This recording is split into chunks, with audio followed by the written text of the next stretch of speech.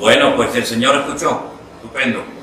Se nos fue el internet, no sé, nunca nos pasa eso aquí en la iglesia, debe ser que hay mucha bendición por el camino y se cortó. Bueno, vamos a ver, Doña Sonia estaba en el uso de la palabra, así que la escuchamos. Fue la clave para que Dios hablara a través suyo en esa verdad, en esa dirección, porque Éxodo 20 dice: no te harás figura de cosa que hay en el cielo, ni de nada que haya en la tierra, ni en las aguas debajo de la tierra. Y para mí eso fue como quitarme yo un velo de mis ojos. Y entonces hoy no ha sido fácil, pastor, no ha sido fácil, porque detrás de todo esto vienen sentimientos encontrados, en un momento sentimientos encontrados, sentimientos de duda, sentimientos de ahora qué voy a hacer, ahora que ya conozco esta verdad, ¿qué voy a hacer?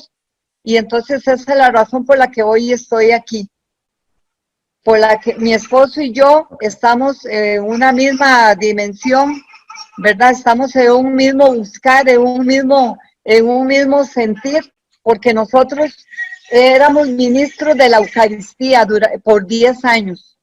Llevábamos 10 años de ser ministros de la Eucaristía, entonces usted podrá entender que hemos tenido, yo digo hemos, porque a través de mí, también mi esposo ha ido, a través de la palabra, Dios nos ha ido hablando muy simultáneamente en cosas que son una verdad, y solo le pido al Espíritu Santo que nos siga iluminando y que lo siga iluminando a usted. Y muchas gracias por tomarse este momento, pastor. Muchas gracias por este ratito que nos está prestando usted. Muchas gracias.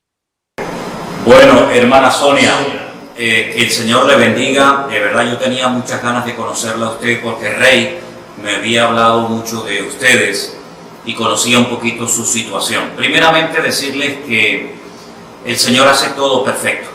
El Señor no se equivoca y tiene un tiempo para cada cosa en la vida. El famoso libro del Eclesiastés dice que hay un tiempo para todo. Un tiempo para nacer, un tiempo para morir, un tiempo para sembrar, para cosechar, para llorar, para reír. Hay un tiempo para todo. Y ahora usted está en un tiempo especial de su vida, porque ha llegado a un conocimiento, ha tenido un impacto con la palabra de Dios. Y la palabra de Dios tiene muchas características, y una de ellas es que es viva, es eficaz, y es como una espada que penetra y no nos deja igual, no nos deja, digamos, indiferentes, sino que golpea nuestras creencias, golpea nuestras tradiciones, golpea todas y cada una de las áreas de nuestra vida. Por lo tanto, lo que yo dije en aquella ocasión acerca de leer la palabra, de escudriñar las Escrituras, se lo digo hoy a usted y se lo digo a todos. La palabra de Dios es la que va a traer luz, es la que va a responder a todas y a cada una de las preguntas y de los interrogantes que ustedes tienen. No cabe la menor duda de que ustedes han sido personas que han estado muy involucradas dentro del seno de la Iglesia Católica, ¿verdad? Por lo tanto, no es fácil comenzar una vida nueva, pero no es imposible, porque como ustedes comprenderán, ustedes no son las únicas personas que han tenido esta experiencia, sino que hay miles y miles de hermanos nuestros a lo largo del mundo que han tenido igual o parecida experiencia a la que usted ha tenido. Ahora bien, vayan con paciencia, no corran, no tengan prisa, no quieran entenderlo todo en 2 días. Ustedes han tardado años en llegar a este punto. Ustedes han tardado años en llegar a este descubrimiento maravilloso de los verdaderos 10 mandamientos. Porque usted sabe perfectamente, y todos los que me escuchan en esta tarde, que los 10 mandamientos, no todos, pero algunos de los 10 mandamientos que nos enseñaron, no eran realmente así. Pero en todas las Biblias del mundo, repito, en todas las Biblias del mundo aparecen los verdaderos 10 mandamientos. Y esos 2 primeros mandamientos que nos prohíben postrar nuestro cuerpo, nuestra mente, nuestra vida ante imágenes, construir figuras de madera, de oro, de plata, de lo que sea, incluso de personajes que están en el cielo, en la presencia del Señor, pues quieran que no, es un impacto tremendo. Quiero decirles como testimonio que la primera vez en mi vida que yo comencé a leer la Biblia, esa fue la porción que yo descubrí. Precisamente los famosos 10 mandamientos de Éxodo capítulo 20, que también están en otro libro de la Biblia, el libro de Deuteronomio, el capítulo 5. Fui a hablar con un sacerdote que me daba clases a mí en los salesianos, porque yo cuando vivía en Venezuela estudié en los hermanos maristas, y en España, cuando vinimos a España a vivir, mis padres me metieron en los salesianos, ¿verdad? Y conozco muy bien la Iglesia Católica desde adentro, porque fui monaguillo, estuve en el coro, toda mi educación de niño fue en colegios católicos que eran de un nivel muy alto y muy bueno, en aquellos años por lo menos. Y entonces fui a hablar con un cura, un tal Don Gilberto, un gran hombre, un buen hombre, y le mostré los 10 mandamientos que había descubierto en aquella Biblia que un día me habían regalado. Y entonces él, mirando en varias direcciones, me dijo: Manuel, cierra, como él me llamaba, si en algún momento de tu vida te encuentras en una encrucijada, que no sabes a quién obedecer y qué hacer, obedecer a los hombres o obedecer a Dios, quédate siempre con la palabra de Dios. Y eso es lo que hice. Comencé a leer y a leer y a leer y fui descubriendo cosas espectaculares de la palabra de Dios. Porque digamos que eso es lo más llamativo, el golpe, ¿verdad? La confrontación con el tema de la idolatría. Porque todos los católicos, lógicamente, un buen católico, pues tarde o temprano tiene que adorar alguna imagen, algún santo, alguna virgen. Es que forma parte de la liturgia, es que es imposible ser un buen católico y no adorar a imágenes o a santos, sea a Pablo, a Pedro, a María o a quien sea, ¿verdad? Pero entonces cuando uno va comenzando a leer la Biblia, uno se encuentra que lo que uno creía que era lo más importante, lo más maravilloso, resulta que era una auténtica abominación ante los ojos de Dios. Por lo tanto, mi consejo, doña Sonia, y para todos ustedes a partir de hoy, es no paren de leer la palabra de Dios.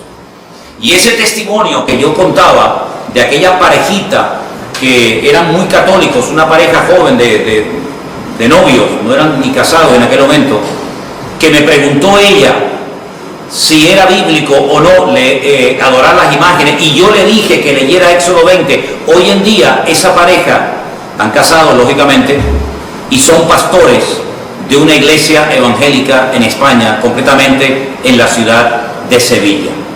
¿Qué quiero decir con todo esto? Que cuando Dios comienza a cambiar una familia, una vida, un corazón, no hay nada ni nadie que lo detenga. No tengan miedo. Ustedes, todos los pasos que den a partir de hoy, consúltenle a Dios, lean la palabra del Señor, no le tengan miedo al hombre, porque ustedes han sido iluminados con la luz del Evangelio, con la luz de la palabra de Dios, y por lo tanto no tienen que tenerle miedo al hombre en absoluto. Al que hay que tenerle respeto es a Dios, pero al hombre no hay que tenerle miedo, sea quien sea y se llame como se llame. Así que yo le doy muchas gracias al Señor, doña Sonia, por conocerla, a usted, a su marido, y siga adelante. Les voy a contar a todos un pequeño testimonio. En uno de los muchos viajes que he realizado a Israel, a Tierra Santa, vino conmigo en el grupo un matrimonio muy devoto, muy católico. Ella concretamente tenía varias hermanas monjas, y estaban a punto de canonizar a un antepasado de ella. Cuando vinieron conmigo a la ciudad de Jerusalén, los llevé al sepulcro bíblico, al sepulcro que tiene todas las características bíblicas, como dice la palabra de Dios. Y después le llevé a otro sepulcro, que es el de la tradición, donde hay un montón de velas y de imágenes, Y cuando esta mujer iba a entrar, ella se detuvo bruscamente en la puerta de ese sepulcro y me dijo, yo no quiero estar más tiempo aquí, porque en el otro lugar donde estuve se respira vida y aquí se respira muerte. Y la pregunta de ella es la que muchos católicos se hacen, ¿y ahora qué hago? ¿Y ahora qué hago? ¿Qué le digo a mis amigos? ¿Qué le digo a mis amigas, al sacerdote? ¿Qué le digo a mi familia? Usted por eso no se preocupe. Ustedes lo único que tienen que decir es, yo quiero obedecer, yo amo al Señor y yo me someto a mi Dios. Usted no ha renunciado a Dios. Usted no ha renunciado a nada digno de alabanza. Por lo tanto, lo que le tiene que decir a todo el mundo es, Dios está cambiando mi vida, estoy leyendo su palabra y lo que le puedo decir es que lean la Biblia como yo la he leído y el Señor se encargará de hacer la obra correspondiente en cada persona. Es lo que le puedo decir, doña Sonia. Perfecto. Ok. Bueno, pues, perfecto, gracias. Como resumen, no tengan miedo al hombre, lean la palabra del Señor, no tengan ningún temor y a cualquier persona que les pregunte, díganle simplemente que ustedes están leyendo la palabra de Dios y que el Señor es el que está haciendo la obra en vuestros corazones. Por lo tanto, no le tengan ningún temor al hombre, sigan leyendo la palabra, que el Señor tiene grandes sorpresas para todos y para cada uno de ustedes por el camino. Doña Sonia, un beso, que Dios le bendiga, saludos a su marido, a su esposo, que Dios le guarde, mucho ánimo y a seguir adelante y a leer mucho la palabra de Dios, que en ella usted va a encontrar la respuesta a todas las preguntas y el Señor le va a indicar con su Espíritu Santo que ahora vive dentro de usted lo que tiene que hacer en todo momento. Que Dios le bendiga grandemente. ¿Me escucharon bien ahora? Ok, gloria a Dios, gloria a Dios. Bueno, yo quisiera también decirle a cualquier otra persona que esté conectado en esta noche que si tiene alguna pregunta, que aprovechando este momento tan bonito que estamos teniendo, que con toda libertad la haga. Ahora, perfecto, perfecto. Ok, buenas tardes, pastor. Que Buenas Señor le tardes, bendiga. hermana. Y a todos los hermanos. De verdad que es bueno estar acá con ustedes. Para mí es una alegría inmensa. Y bueno, sí, tengo una pregunta rapidita para para darle chance a todos los demás. Es que tengo una duda con respecto a la oración. En la Iglesia Católica normalmente se ora rezando el Padre Nuestro, como todos los católicos saben. Padre Nuestro que estás en el cielo. Aquí todo el mundo sabe, los católicos, lo que es el Padre Nuestro. Yo estuve leyendo en Lucas 11, que cuando los discípulos se reúnen con Jesús, igual le preguntan de qué manera ellos podían orar. Y él les dice que oren de esta manera, Padre Nuestro que estás en el cielo. O sea, se repite la misma oración que hacen en la Iglesia Católica. Mi duda es esta. Nosotros que ya estamos teniendo una relación directa con Jesucristo, como usted bien lo dice, ¿podemos seguir haciendo esa misma oración o debemos orar como si tuviéramos una conversación con Dios directamente, sin tener que usar tanto palabrerío y tantas cosas que se decían en la otra iglesia, sino como que vaciar tu corazón y decir lo que tú sientes, lo que tú piensas, y Él le irá indicando a uno de qué manera uno va a ir orando, ¿no? Ok, Esa es mi pregunta. Hermana, escuché muy bien su pregunta y le voy a pasar a responderla y que la respuesta sirva también para todos los que están conectados en esta tarde. Primeramente, hermana, decirle que la oración, la preciosa oración del Padre Nuestro, no es una oración de la Iglesia Católica. El patrimonio no lo tiene la Iglesia Católica, ni la Iglesia Evangélica, ni nadie. La oración preciosísima del Padre Nuestro está en la Biblia y la enseñó nada más y nada menos que nuestro Señor Jesucristo, ¿verdad? Permítame leerles al grupo las palabras previas y posteriores a la preciosa oración del Padre Nuestro. En el Evangelio según San Mateo, por si tienen la Biblia a mano y quieren seguir la lectura conmigo, en el capítulo 6, Mateo capítulo 6, verso 5, dice la palabra de Dios: y cuando ores, no seas como los hipócritas, porque ellos aman el orar en pie en las sinagogas y en las esquinas de las casas para ser vistos por los hombres. De cierto os digo que ya tienen su recompensa. Mas tú cuando ores, entra en tu aposento y cerrada la puerta, ora a tu Padre que está en secreto, y tu Padre que te ve en lo secreto, te recompensará en público. Versículo 7. Y orando no uséis vanas, escuchen, no uséis vanas repeticiones como los gentiles que piensan que por su palabrería serán oídos. No os hagáis semejantes a ellos, porque vuestro Padre sabe de qué cosas tenéis necesidad antes que vosotros se la pidáis. Es decir, en el pueblo de Israel, hasta el día de hoy, hay libros muy gordos, libros enormes. El más famoso se llama el Sidur,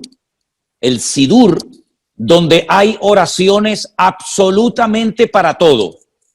Para cuando usted come, cuando usted bebe, cuando usted sale, cuando usted entra, cuando se muere una persona, cuando nace un niño, para un matrimonio, para un bautismo, absolutamente para todo. Son oraciones que se hacen continuamente.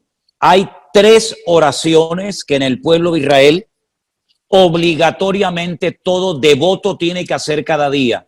La oración de la mañana, que se llama Shacharit, la oración de la tarde, aproximadamente como a las 3 de la tarde, que se llama la Minjá, y la oración de la noche, que se llama la oración de Arbit. Todos los días las mismas oraciones, las mismas lecturas, los mismos salmos, toda la vida. Esto ya existía en los tiempos del Señor Jesucristo. Oraciones repetitivas que se aprendían de memoria, que se enseñaban de generación en generación, el padre al hijo, el hijo al nieto, sucesivamente. ¿Qué es lo que hace el Señor Jesucristo? El Señor Jesucristo le enseña a los discípulos y a todos los cristianos una oración modelo, una oración base, que va a servir para que sobre esa oración sepamos qué cosas podemos pedir y cómo debemos pedirla. ¿Es malo repetir en alta voz el Padre Nuestro? En absoluto. En absoluto. El Padre Nuestro, repito, no es una oración de la Iglesia Católica ni una oración de la Iglesia Evangélica, es una oración bíblica. Ahora bien, hay muchas cosas que no incluye el Padre Nuestro, pero como el Padre Nuestro me enseña a pedir ciertas y determinadas cosas, yo puedo pedir por mi familia, puedo pedir por mi salud, puedo pedir por mi país, puedo pedir por un trabajo, puedo darle gracias al Señor por lo que tengo, por lo que he aprendido, por los hermanos en Cristo que estoy conociendo, etcétera, etcétera. Es decir, no está mal repetir el Padre Nuestro en alta voz, en absoluto, pero por favor, no lo hagan, permítame la expresión, como los loros, de una forma ya repetitiva, de memoria, que no sabemos lamentablemente lo que estamos diciendo. Si alguien quiere usar y hablar de vez en cuando con las palabras de la preciosa oración del Padre Nuestro, no hay ningún problema, pero no lo haga como un rezo repetitivo, monótono y aburrido, sino que usted puede orar ahora con total libertad a su Dios, a su Padre Celestial, que lo conoce, que lo ve, y por lo tanto no se limite, repito, no se limite única y exclusivamente a repetir el Padre Nuestro, porque usted puede orar hoy por hoy lo que quiera. Y miren, les voy a dar un consejo que me dieron a mí hace muchos años.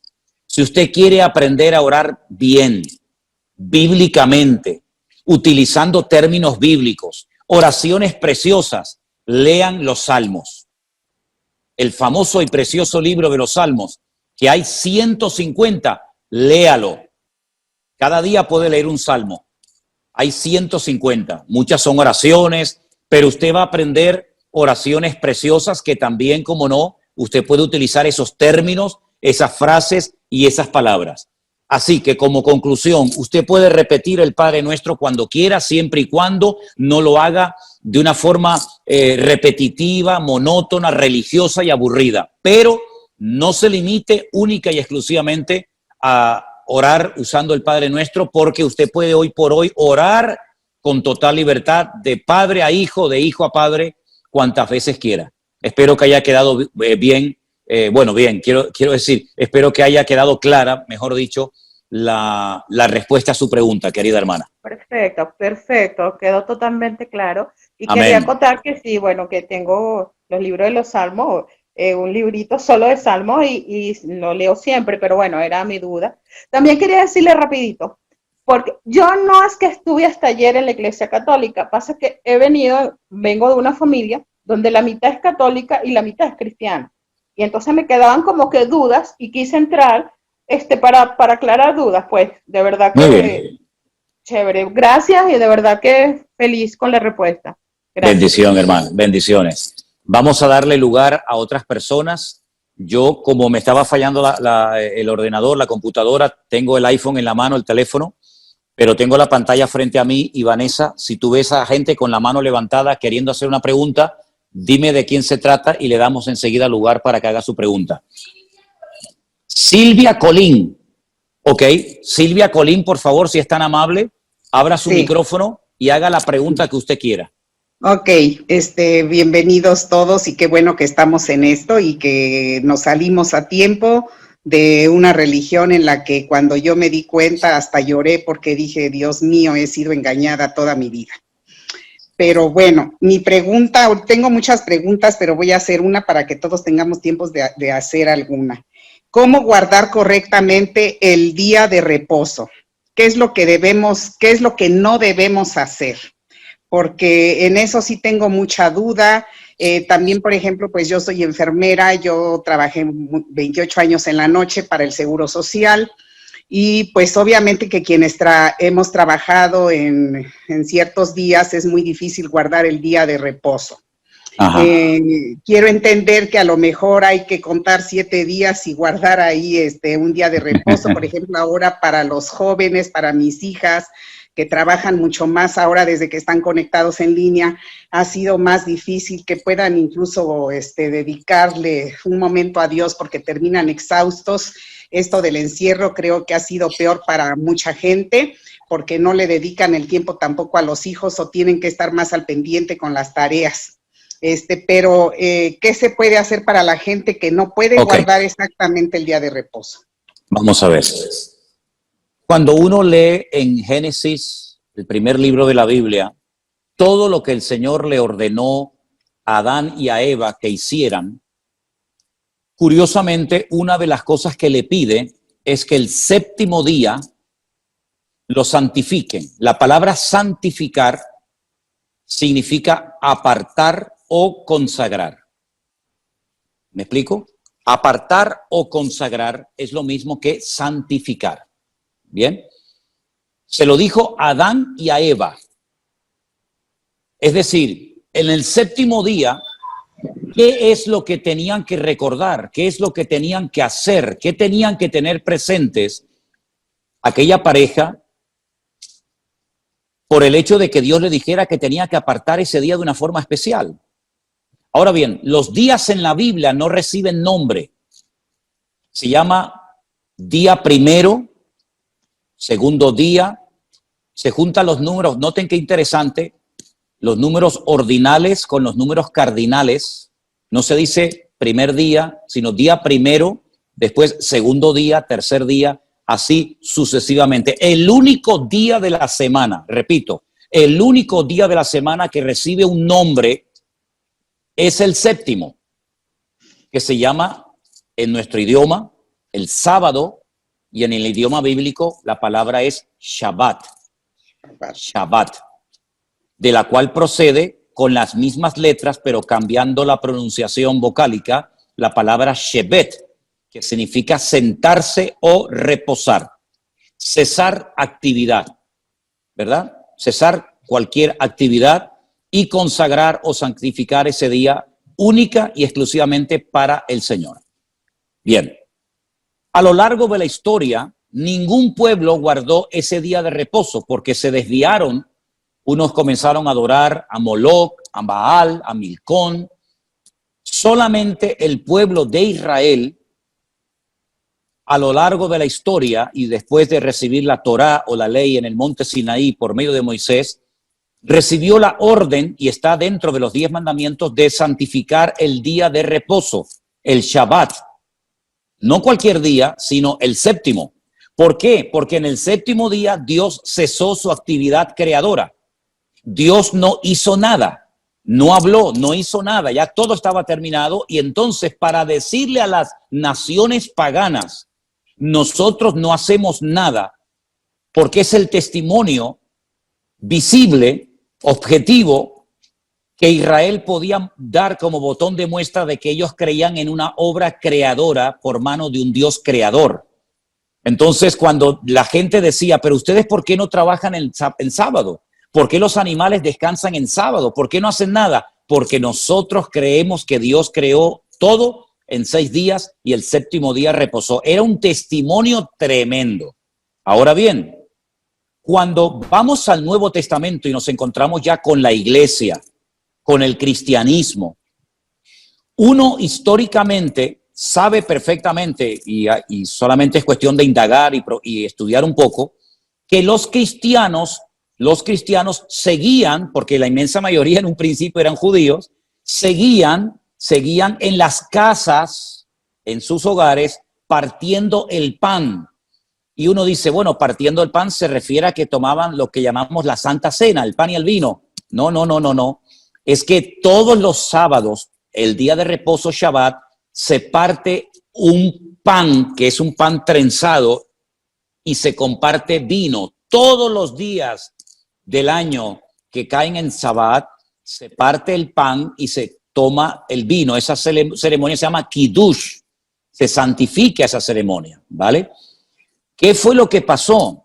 Bueno, algún día hablaremos de todo lo que se fue lamentablemente deteriorando con el paso del tiempo y en los muchísimos concilios que se fueron celebrando a lo largo de la historia, se fueron añadiendo y quitando cosas fundamentales que se habían practicado por siglos y siglos. Y una de las cosas que concretamente en el concilio de Nicea, antes del 400 antes de Cristo, concilio de Nicea, estudien eso en Google, por favor. En ese momento, la cristiandad, el liderazgo de la cristiandad en ese tiempo, transformó y cambió el Shabbat por el domingo. ¿Qué les parece? Hay unas declaraciones de un alto obispo de la Iglesia Católica de los Estados Unidos que con sus ropas sacerdotales da una conferencia, la pueden buscar en internet, en YouTube, donde él pide perdón porque él lee el decreto, el año, el día y la hora en la que la cristiandad quitó en ese concilio de Nicea el día sábado y lo sustituyó por el domingo. Ahora, ¿qué es lo que ocurre? En nuestra tradición cristiana es muy difícil, no sé ustedes hermanos, pero es muy difícil por las cuestiones laborales fundamentalmente, guardar el día de reposo. De hecho, los cultos, el culto principal de la mayoría de las iglesias, aunque aquí el sábado lo hacen los jóvenes, ¿verdad? Y en muchas congregaciones, el culto principal es el domingo. ¿Por qué? Porque en el sábado trabaja mucha gente y no vendría nadie al culto. Entonces, por cuestiones de prácticos, por ser prácticos, nos congregamos el domingo. Ahora, en Cristo, todos los días son del Señor. Todos. El problema es que en el paganismo sí le pusieron nombres a los días de la semana. Y uno dice, ¿cómo es eso? El lunes se adoraba la luna, el martes al planeta Martes, el miércoles a Mercurio, el jueves a Júpiter, el viernes a Venus, el sábado a Saturno y el domingo en inglés es el Sunday. ¿Qué es el Sunday? El día del sol, los adoradores del sol. Entonces, lamentablemente, muy poca gente puede juntarse en familia tranquilamente alrededor de una mesa a tener un día de reposo, en este caso el Shabbat. Ahora, mi consejo es, todos los que puedan, el sábado, pasarlo en familia, comer juntos, con los hijos, con los nietos, orar juntos, bendecirse los unos a los otros, háganlo. Pero por cuestiones prácticas, el venir a la iglesia el domingo no es ningún pecado mortal, es por cuestiones de cuestiones prácticas. Ahora bien, hay ciertos y determinados trabajos, como por ejemplo médicos, bomberos, policías, etcétera, que según las leyes que después establecieron los rabinos a lo largo de la historia, la vida humana está por encima del Shabbat. Es decir, usted si tiene que salvar una vida en Shabbat, lo hace, independientemente de que sea día de reposo. Jesús le dijo una vez a un líder de una sinagoga en Israel, le dijo, tú eres un hipócrita, querido, porque esta hija de Abraham que estaba 18 años atada por Satanás en tu congregación, que no se podía enderezar, tú no orabas por ella, pero sin embargo hoy te has levantado y has desatado tu buey del pesebre y lo has llevado a beber. ¿Cómo es posible que le des más importancia a la vida animal que a la vida humana? Entonces lo que no tenemos es caer en un fanatismo y creer que porque no podemos guardar el día de reposo nos vamos a condenar. No, hay que procurar cumplir con todo dentro de nuestras posibilidades. Pero el día de reposo es fundamentalmente un día de eso, de reposo, de tranquilidad, de sosiego, de calma para estar en familia, estar juntos, cesar cualquier actividad que pueda ser cesada. Y luego el domingo nos juntamos como pueblo de Dios en nuestras iglesias, nuestros cultos, y no hay ningún problema. Pero en Cristo no nos ceñimos única y exclusivamente como Israel a un día de la semana, sino que en Cristo todos los días son del Señor. Y para finalizar, en la carta muy interesante a los hebreos, que la tenemos en el Nuevo Testamento, antes de la carta de Santiago, dice que enseña que Cristo es nuestro reposo, es decir, Cristo es nuestro Shabbat. En Cristo ese reposo que se representa con un día a la semana, nosotros lo tenemos constante y permanentemente todos los días de nuestra vida. Espero haber respondido a su pregunta, querida hermana. Sí, sí, pastor, y es que como se habla de que la gente no se salva si no guarda el cuarto mandamiento y en eso está el séptimo día, pues digo, hijo. Eso no es verdad. Eso no es verdad. La salvación no se gana por los mandamientos. Permítame ponerles el ejemplo de un joven rico que un día vino al Señor y le dijo, maestro bueno, ¿qué tengo que hacer para heredar, para tener la vida eterna? Y Jesús le dijo, ¿estás cumpliendo con los mandamientos? Y le dijo, sí. Y le dice, pero aún te falta una cosa. Es decir, cumplía con los mandamientos, pero le faltaba una cosa. Luego, por sentido común, simplemente por guardar los mandamientos, no ganamos la salvación de nuestra alma. Porque si fuera por eso, ¿para qué vino Cristo a morir en una cruz? Si cumpliendo con los mandamientos, que tampoco son tan difíciles de cumplir, obtenemos la salvación de nuestra alma, entonces la obra de Cristo en la cruz no era necesaria, nada más lejos de la realidad. La salvación no se obtiene por lo que hacemos, sino por los méritos de Cristo. ¿Amén? Ok, gracias. Tengo más preguntas, pero bueno, a ver que alguien más haga algo. Ok, gracias hermana, bendiciones. A su micrófono, Hola. por favor. Hola, buenas tardes, pastor. La verdad Buenas tardes. Buenas tardes. Somos una bendecida. Le presento a Carla, mi hijita, que tiene 23 años. Hola, Somos Carla. de Argentina. Hola. Y ¿cómo es? Somos una bendecida porque todos los días escuchamos el devocional y la verdad que somos una bendecida de tenernos en nuestras vidas, porque gracias a usted hemos interpretado la palabra, hemos tenido mucho conocimiento y nos ha ayudado un montón, porque en la Iglesia Católica jamás leímos la palabra, jamás. Siempre que íbamos a misa nunca la interpretábamos tampoco, pero al tenerla a usted en nuestras vidas somos una bendecida por guiarnos, por ser nuestra guía. Le agradecemos a Dios. Que Dios lo bendiga inmensamente. ¿Me escucha, pastor? Bueno, la pregunta que yo le hice la vez pasada era el tema de la Biblia, porque nosotros tenemos la Biblia católica y ahora tenemos la Reina Valera. Lo que quería consultarle yo, que le consulté la vez pasada, era qué hacíamos con la Biblia católica. Pero usted nos había dicho que había una parte de la Biblia católica que era muy interesante leerla, pero no me acordaba, por eso quería tomar nota para guardar. ¿Cuál era la parte interesante para leer? No se escucha, no lo escucho, no lo escucho. Perdón, había quitado el micrófono. La Biblia católica es una muy buena versión. La Biblia católica generalmente es versión Nácar Colunga, que son los apellidos de la persona que tradujo la Biblia, igual que la Reina Valera son los apellidos de Cipriano de Valera y de Casidoro de Reina, ¿verdad? Ahora bien, no descarte la Biblia católica, léala todas las veces que quiera, sin ningún problema, sin ningún problema. ¿Qué es lo que ocurre? A veces nosotros en la iglesia o cuando yo hago los devocionales por internet, claro, al yo leer la Reina Valera, yo le aconsejo a la gente que tengan la misma versión para que puedan seguir la lectura. Pero la versión Reina Valera es buena, no hay ningún problema. Ahora bien, ¿cuál es la diferencia? Aunque permítame que le corrija una cosita, hermana. No hay Biblia católica y Biblia evangélica. La Biblia es Biblia. No es ni de los católicos ni de los evangélicos. Hay una sola Biblia. ¿Ok?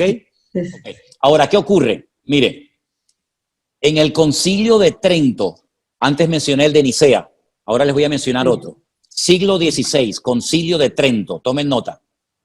La Iglesia Católica hizo muchos cambios, quitó, puso muchas cosas, y una de las cosas tremendas que ocurrieron en el famoso Concilio de Trento fue que la Iglesia Católica decidió añadirle 7 libros más al canon de la Biblia. Es decir, lo que ya estaba establecido por siglos y siglos y siglos. Fíjese, le estoy hablando del siglo XVI. Luego habían pasado ya muchos siglos después de Cristo, ¿verdad? Le añadió 7 libros de historia judía. Algunos de esos libros se llaman Baruch, Sabiduría, Tobías, Primera y Segunda de Macabeos, ¿verdad? En total 7 libros. 7 libros de historia. Usted dice que es de Argentina, ¿verdad? Sí, de Argentina, pastor, sí. Imagínense que en la Biblia añadieran historia de la República Argentina. Y que la agregue. Es una historia interesante, pero que no tiene nada que ver con lo que el Señor ya había puesto en su palabra. Entonces yo recomendé en un momento la lectura de los libros de Primera y Segunda de Macabeos. Y voy a dar una pequeña explicación para explicarles el por qué lo recomendé. En el Antiguo Testamento, la Biblia está dividida en 2 partes. Antiguo Testamento, es decir, antes de Cristo. Nuevo Testamento, después de Cristo. Bien. En el Antiguo Testamento, a través del profeta Daniel, el Señor profetizó que en el futuro vendrían 4 imperios que harían cosas tremendas contra el pueblo de Israel. Esos 4 imperios eran el imperio babilónico, el imperio de los medos persas, el imperio griego y el imperio romano. Si ustedes leen el Antiguo Testamento van a encontrar muchas cosas del imperio babilónico y también muchas cosas interesantes del imperio medo-persa, pero no va a encontrar ninguna información del imperio griego. Cuando empiezan ustedes a leer el Nuevo Testamento se encuentran, por ejemplo, a los romanos, a los centuriones, se encuentran a Poncio Pilato, etcétera, en el Nuevo Testamento. Y uno dice, ¿y qué pasó con los griegos? No están en la Biblia. ¿Por qué? Porque entre el último libro del Antiguo Testamento y el primero del Nuevo Testamento hay 400 años de silencio. No se cuenta nada. No pasó nada. Claro que pasaron muchísimas cosas. Por ejemplo, la historia de Alejandro Magno, la historia del imperio griego. Entonces, ¿qué pasó con ese imperio? ¿Qué hicieron en Israel? ¿Qué hicieron con el templo de Jerusalén? No lo sabemos, pero en Primera de Macabeos y en Segunda de Macabeos encontramos cosas muy interesantes que ocurrieron en ese periodo de la historia. Por ejemplo, la profanación del lugar santísimo, con un tal Antíoco Epifanes que profanó el lugar santísimo y que puso unos ídolos tremendos. En fin, es una historia muy interesante y esos libros están en la iglesia, en la Biblia, digamos, de la Iglesia Católica, la versión Nácar Colunga. Los macabeos eran unos hermanos que se rebelaron contra el Imperio Romano. No se llamaban macabeos. Creo que uno se llamaba Simón, otro se llamaba Judá. Todos murieron como mártires. Ellos pelearon, se rebelaron contra el Imperio griego y volvieron a consagrar el templo, que era un santuario pagano griego y que era un gimnasio para hacer gimnasia los griegos, lo volvieron a consagrar al servicio al Señor, ¿sí? Entonces a ellos los llamaban los macabeos, que viene de la palabra macab. La palabra macab en hebreo significa martillo. Un macab es un martillo, son los que golpeaban, los que amartillaban, los que golpeaban a los enemigos, y de ahí viene la palabra macabeos, ¿verdad? Entonces es una historia muy interesante que sería muy bueno que ustedes la leyeran. El libro de Judith es una chica que hace algo por la historia del pueblo de Israel. Esa es la gran diferencia que hay entre una Biblia y otra. Por lo demás, la versión Nácar Colunga católica y la versión Reina Valera son muy buenas versiones en castellano para poder entender el mensaje divino, el mensaje de Dios. ¿Sí? Sí. Muchas gracias, pastor, le entendí. Por nada, muchísimas por gracias favor. Y que Dios la bendiga. Gracias por igualmente. siempre, por sus devocionales. Amén. Gracias, un placer. Gracias. ¿Más preguntas tenemos, Vanessa? Sí, buenas tardes a todos y que Dios me Buenas los bendiga. tardes, igualmente. Muchísimas gracias, pastor, de verdad, por toda esta oportunidad que nos está dando a todos nosotros. En lo particular, pues siempre he venido de una iglesia, de una formación católica, toda mi familia, de verdad. Aquí nadie me ha dicho, pues, nadie me ha invitado, es el mismo Señor quien ha puesto todo en mi vida, porque precisamente tuve esa curiosidad de estar empezando a leer la Biblia, y obviamente pues a partir de que empecé a leer, que no sabía ni por dónde empezar, yo empecé desde el principio, desde el Génesis. Entonces empezaron a surgirme muchas dudas, precisamente eso de la idolatría, de los ayunos, de todo esto, ¿no? Pero a mí, por ejemplo, en lo que me respecta es en lo que veo en la cuestión de los diezmos y de los ayunos. Porque si bien es cierto, por ejemplo, acá en la Iglesia Católica muchas veces decían no, que los diezmos pues no necesariamente no es necesariamente dar el 10% de lo que tú ganas a estos, sino ayudar a otra gente, ¿no? Entonces, eso me causa como conflicto también porque, bueno, yo pienso que según lo que estoy leyendo, pues es para beneficio del Señor, ¿no? Para edificar. Que esa es otra de las dudas que tengo yo aquí, por ejemplo, ahorita que estamos en la iglesia virtual, ¿cómo hacemos nosotros para aportar, para poder ayudar y contribuir a que esta comunidad crezca? Porque es para beneficio de Dios, precisamente. Y lo del ayuno, bueno, ya eso es otra cosa que me imagino que será en otra oportunidad. Vamos por parte, vamos. Piano, piano se va lontano, dicen los italianos, poquito a poco, ¿no? Miren, hermana, vamos a ver, que quede bien claro para todos los hermanos, todo el grupo que en esta tarde está conectado, que yo, que les habla, en ningún momento he hablado de aportar absolutamente nada. ¿Ok? No hablamos de diezmos, ni de ofrendas, ni de donaciones, ni de limosnas. No he hablado absolutamente nada de eso, ni lo haré, salvo si me preguntan. Pero nuestra prioridad y nuestro objetivo no es pedir dinero, ni aprovecharnos de la generosidad de la gente, ni muchísimo menos, ¿verdad? Eso lo quiero dejar bien claro, y además ustedes saben perfectamente que me llevan algunos años escuchando, y lo único que hago es simplemente decir gracias de todo corazón a los que sienten en su corazón en algún momento mandar alguna aportación, pero jamás hemos pedido nada. Bueno, dicho esto, permítame decirle que cuando el pueblo de Israel recibe lo que llamamos la ley, la palabra correcta sería la Torá, la instrucción, los 5 libros, Génesis, Éxodo, Levítico, Números y Deuteronomio, a esos libros se le llama el Pentateuco, que viene de la palabra 5, Pentateuco, Humash en hebreo de la palabra 5, ¿ok? Reciben 613 mandamientos. Repito, 613 mandamientos u ordenanzas. Había ordenanzas que eran para las casadas, para las solteras, para los viudos, para los soldados, para los agricultores, para los ganaderos, para los sacerdotes. Sí, imagínense, 613 mandamientos hay para todo el mundo y para todos los gustos. Ok. Una de las cosas que el Señor dijo es que de las 12 tribus de Israel, las 12 familias que se fueron reproduciendo y formaron el pueblo de Israel, el Señor escogió a una de las 12 que fueron los levitas, la famosa tribu de Leví, que no iban a recibir herencia, no iban a recibir tierra, por lo tanto, no se iban a poder dedicar ni a la agricultura, ni a la ganadería, ni a ningún otro trabajo, sino solamente a las cosas del templo, del tabernáculo, las cosas del Señor, los sacrificios, etc. Entonces la pregunta es, si no podían trabajar en otra cuestión más que en los asuntos de Dios, ¿de qué vivía esta gente? ¿Verdad? Pregunta lógica.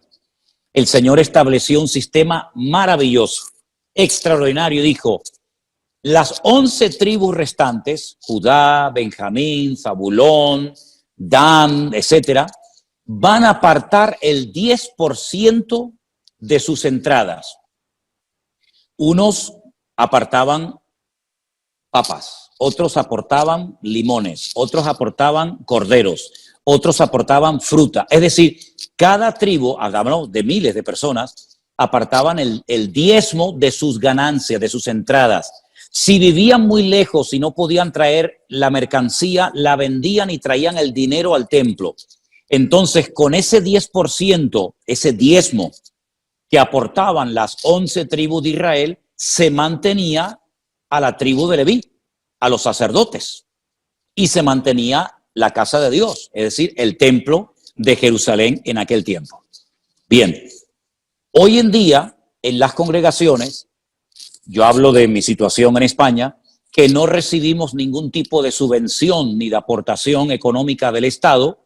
¿Cómo se ha mantenido la iglesia evangélica? ¿De qué vive la iglesia? ¿Cómo pagan la luz, el agua, los alquileres de los locales? Nosotros no tenemos propiedades, todo es alquilado. Pues con las aportaciones voluntarias de la gente, de las ovejas, de las personas. Entonces hay una costumbre dentro del pueblo evangélico que viene del pueblo de Israel, que es apartar el 10% de sus ganancias y lo aporta a la obra de Dios. Y con eso se pagan los gastos. ¿Qué es lo que está haciendo gente que nos está viendo por internet? Bueno, ellos van a la página web de nuestra iglesia y ven que hay una cuenta bancaria y hay un sistema muy sencillo, muy seguro, muy rápido que se llama PayPal, ¿sí? Y con ese sistema de PayPal, lo que hacemos es permitirle a la gente, perdón, un segundito, y el Señor es fiel y el Señor nunca nos abandona y hasta el día de hoy podemos decir que el Señor ha cuidado de su obra. ¿Me entendió la respuesta? ¿Sí? Sí, pastor, buenas tardes. Abra su micrófono, por favor. María Luz. Ok, ya puede hablar. Sí, le escucho. Le escucho. Buenas tardes, pastor. ¿Me escucha? Le escucho perfectamente, hermana. Adelante. Ya. Buenas tardes, muchas bendiciones para todos. Mi duda es que, bueno, alguien preguntó sobre eso, primero que nada sobre el ayuno y luego sobre el bautizo. Ya, alguien por ahí, hermano cristiano de otra parte, sí me decía de que yo me tenía que bautizar luego ya. Entonces yo le dije que una vez la había escuchado a usted, que usted decía que, como dijo delante, piano. Quiero conocer bien, quiero aprender de la palabra, quiero ir poco a poco aprendiendo todo lo que es el cristianismo y lo que me diga el Señor. Entonces, no estuve un poco de acuerdo con esa persona porque como yo siempre fui católica, toda mi familia fue católica, y siempre dije de que si algún día el Señor me llamaba, yo quería hacer las cosas bien. Entonces, estoy en eso, estoy aprendiendo y yo quiero saber si estoy errada en lo que yo pienso. Por eso mi pregunta iba ya hacia lo del bautismo, pastor. Ok, hermana. Escuché su pregunta perfectamente y se la voy a responder. ¿Usted me está escuchando bien a mí? Sí. Ok, mire, hermano, vamos a ver. Cuando uno va a la palabra del Señor, que es a donde siempre tenemos que ir a ver qué es lo que el Señor manda, a ver qué es lo que el Señor ordena, uno se encuentra que hay gente en el Nuevo Testamento que se bautizaba. Y entonces uno dice, bueno, ¿cómo se bautizaba la gente? ¿Cómo hacía la gente en la Biblia para bautizarse? Vamos a ver cómo lo hizo el Señor Jesucristo. Uno se encuentra al Señor Jesucristo, que no es un niño, sino ya es una persona adulta, que va caminando por su propio pie a un lugar donde hay un tal Juan el Bautista que está bautizando a la gente en el río Jordán.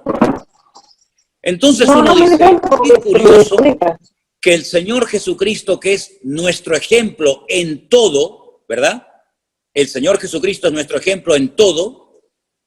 Sus padres, José y María, no lo bautizaron cuando era un niño pequeño, sino que él a la edad de 30 años se bautiza, lo bautizó Juan el Bautista, y después, como saben ustedes, se va al desierto y está ayunando un montón de días hasta que él comienza su ministerio. Bueno, después cuando el Señor Jesucristo 3 años después termina con su precioso ministerio, reúne a sus discípulos y les dice, id por todo el mundo y predicad el evangelio.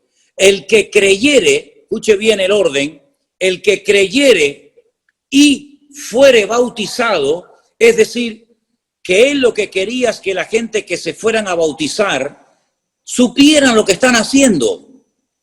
No fuera algo por tradición, algo impuesto por la sociedad, como la familia que obliga y que presiona para que al niño lo bauticen, sino que vemos que todos y cada uno de los ejemplos que encontramos en la Biblia de personas que se bautizaron, ninguno era ningún niño. No eran niños de una semana, de un mes, de 15 días, no, eran gente grande, era gente adulta, que primeramente creían y luego se bautizaban. No es que se bautizaban primero y luego creían, no, ese no es el orden. El orden lo pone el Señor en su palabra. Dios en su palabra dice, primeramente hay que creer, arrepentirse de los pecados, pedir perdón al Señor y luego, como señal de ese arrepentimiento, de ese cambio, viene el bautismo. Entonces, seguramente, hermana, a usted, como a mí y como a la mayoría de nosotros, a nosotros nos bautizaron cuando éramos chiquitos, cuando éramos niños pequeñitos. Yo no sabía lo que me estaban haciendo, no me acuerdo de eso, pero cuando ya fui grande y leí la Biblia y me di cuenta que mi Señor Jesucristo se bautizó de grande y que Él ordenó a la gente bautizarse de adulta, entonces yo dije, yo ahora me quiero bautizar, porque ahora lo entiendo, porque ahora lo quiero hacer, no porque papá, mamá, el abuelo, la sociedad o la familia lo dice, sino porque yo lo siento hacer y quiero poner en práctica ese mandamiento de la palabra del Señor. Entonces, claro que tenemos que bautizarnos de grande, hermana, pero no tenga prisa, no se preocupe. Yo estoy orando al Señor y pido ahora a ustedes que lo hagan también conmigo para que, si Dios lo permite, claro, el mundo está tan raro y todo está tan cambiado que ya uno no puede hacer planes ni de aquí a mañana, ¿verdad? Pero si Dios lo permite, para el año que viene, estamos orando para que el Señor nos permita ir a los lugares donde ustedes están ahora viviendo. A Chile, a Colombia, Argentina, a tantos lugares donde hay tantos hermanos esperando para poder ser bautizados. y también para poder conocernos personalmente. ¿Por qué no? Entonces les pido que oren, porque si el Señor lo permite, imagínense los hermanos de Argentina, de Chile, de Colombia, de otros países que se quieren bautizar. Qué lindo sería si nos pudiéramos juntar y hacer un día, un culto, una reunión en un río, en un lago, en algo, en un sitio donde poder bautizarles a todos ustedes. Así que no tengan prisa. Yo sé que muchos lo han leído, lo quieren poner en práctica porque no han leído de la palabra del Señor, pero no tengan prisa. Ya lo haremos cuando el Señor lo permita y lo crea conveniente. Amén, hermana. Así que le animo a que siga adelante con el Señor, lea la palabra, preste atención a lo que dice el Señor y no tanto a lo que dice la gente, y no se preocupe que cuando llegue el momento usted podrá poner en práctica ese mandamiento de la palabra del Señor. Espero haber respondido a su pregunta en esta noche, perdón. Bueno, aquí es de noche, para ustedes es de día. Hola, pastor, qué gusto más grande poder saludarlo. ¿Me escucha bien? Sí, le escucho. Ya, qué bueno, qué gusto poder saludarlo. Yo soy de Chile, y bueno, católica hasta hace poco tiempo, y tratando de poder seguir lo más posible algo que no conozco muy bien. Entonces, mi pregunta es la siguiente, pastor. La verdad es que uno tiene que llevar una vida a diaria, y usted sabe que en los católicos, ya que usted fue católico también alguna vez, todo sirve, todo vale. En los católicos uno iba a misa el día domingo y se sentía que había quedado purificado para el resto de la semana. Entonces, mi pregunta es la siguiente. Yo he visto que no hay por ejemplo, para nosotros, sabe que los católicos la Eucaristía, como decía la otra señora, es súper importante. Y yo he visto que en la iglesia que usted preside, eso es una vez al mes. Y nosotros para poder comulgar teníamos que habernos confesado, ¿cierto? Y esto tampoco lo veo en las iglesias cristianas. Entonces mi pregunta es, no importa que uno no se haya confesado, o cómo lo hacen para ustedes determinar cuándo es la Santa Cena que ustedes le llaman, y para poder estar bien con el Señor, porque para nosotros sabe lo importante que es la Eucaristía. Le escuché perfectamente, hermana. Le escuché perfectamente y es una pregunta muy, muy interesante y me alegro mucho que la haya hecho porque estoy seguro de que le va a ayudar a más de uno de los que están conectados en esta noche. Vamos a ir por partes, ¿sí? El Señor Jesucristo, la noche que fue entregado, la noche que lo crucificaron, ¿verdad? ¿Qué fue lo que repartió a sus discípulos? Repartió pan y repartió vino, ¿no es cierto?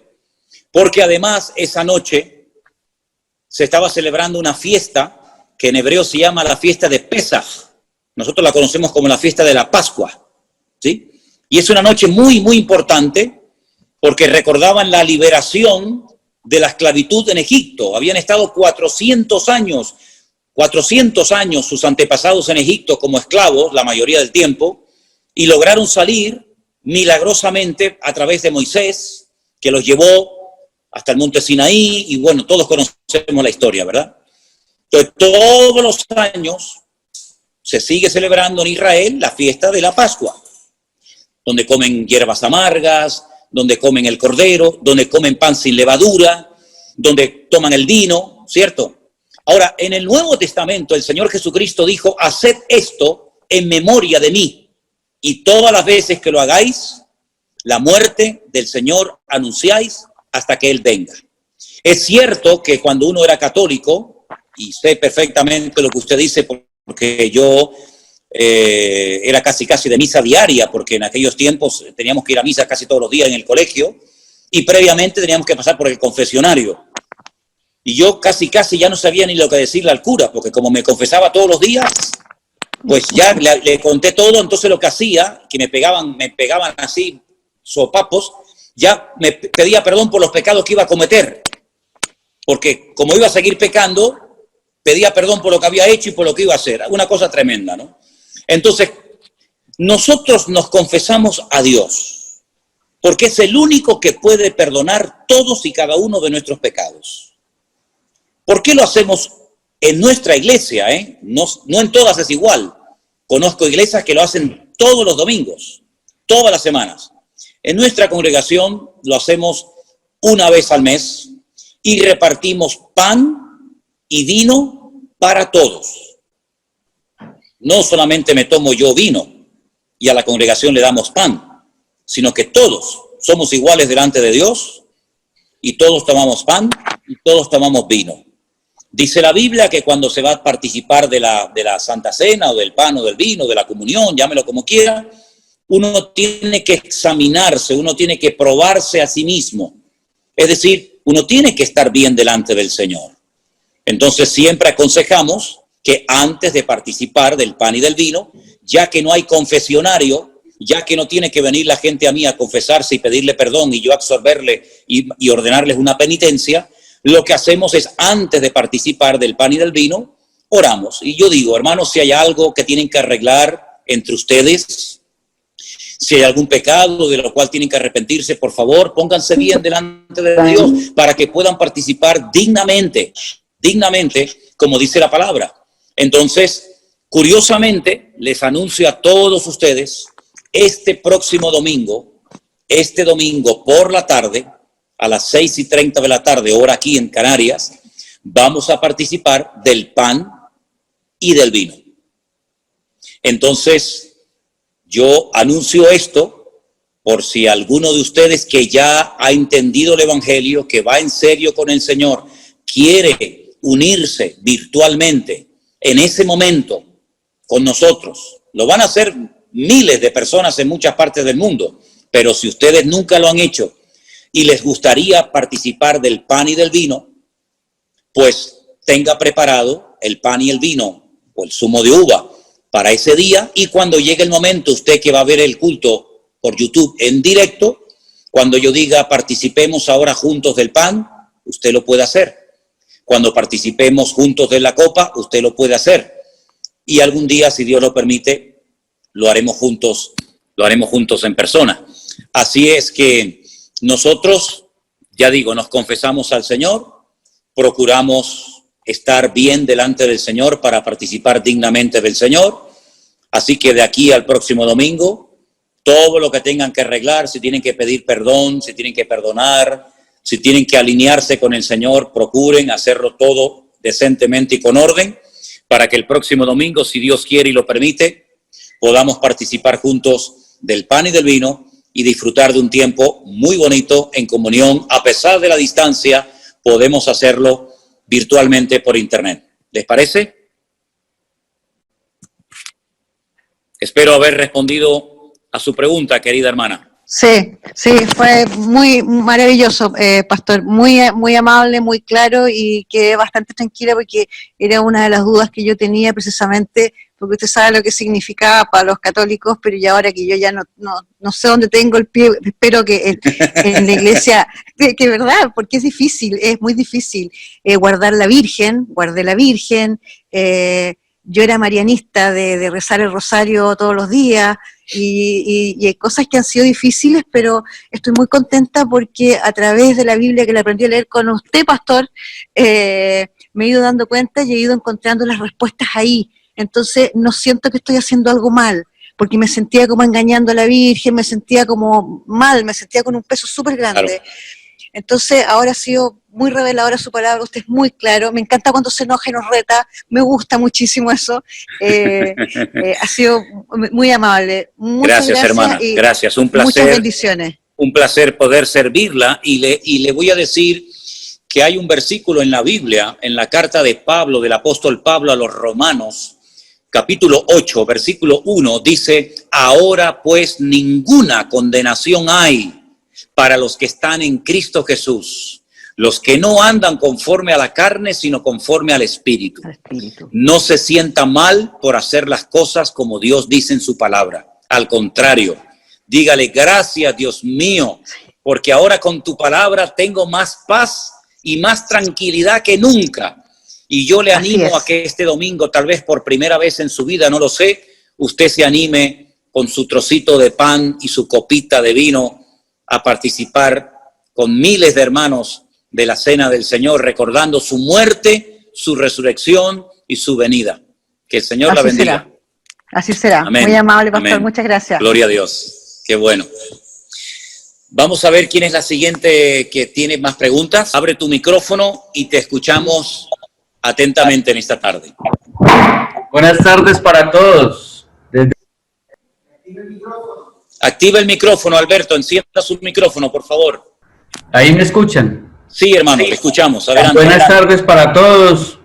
Especialmente para usted, pastor, un saludo cordial. Mi nombre es Alberto Sánchez, de acá desde Colombia, en el departamento del Valle, en un municipio pequeño que se llama La Victoria Valle. Bueno, como se ha venido hablando con respecto a lo de católicos, a ver, yo he sido católico toda la vida.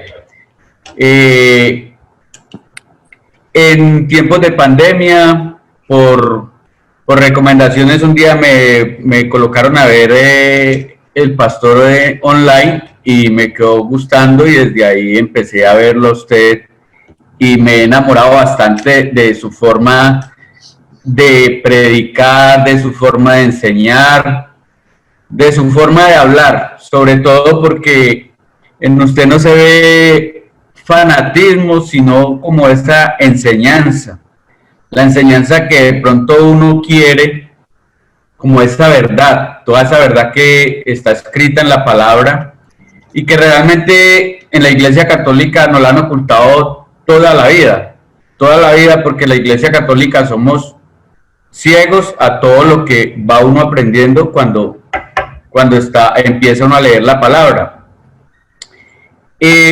Me genera muchas dudas con respecto al cambio que estoy obteniendo en estos momentos. De hecho, ya he ido como en 2 ocasiones a una iglesia cristiana por ir a mirar a ver, porque de todas formas esto es un cambio que uno empieza como a tener. Mi familia es una familia muy grande, de 76 personas aproximadamente, todos son católicos, entonces yo me confundo y digo, yo me preocupo y empiezo a decir, ¿cómo voy a convencer yo a mi familia de que me crean esto? De hecho, mi mamá tiene 93 años y me pregunta, hijo, ¿ya fue a misa? Y yo, sí señora, pero, o sea, yo le digo que ya fui a misa, pero fue en el culto, o estuve viendo la prédica suya ayer, y le dije yo, mamá, ya fui a misa. Entonces, como todas las confusiones. De hecho, uno también está acostumbrado a persinarse, a santiguarse. Entonces, todo eso me genera a mí cambios que me tienen como así, pero, o sea, decidido a aprender mucho de usted, pastor, porque, o sea, usted es una persona que atrae. Uno se puede quedar toda la noche viendo prédicas suyas de hace 2, 3 años y uno no se cansa. Le aseguro que uno no se cansa. De hecho, anoche me vi como 3 seguidas y uno no se cansa de verlo a usted. Entonces, estoy muy contento de haberlo conocido, aunque sea por redes sociales, y qué rico que esté pensando en venir el otro año a los diferentes países. Aquí en Colombia lo esperaremos, porque hasta que usted no venga a Colombia, yo creo que no me bautizaría. Bueno, vamos a ver, Alberto.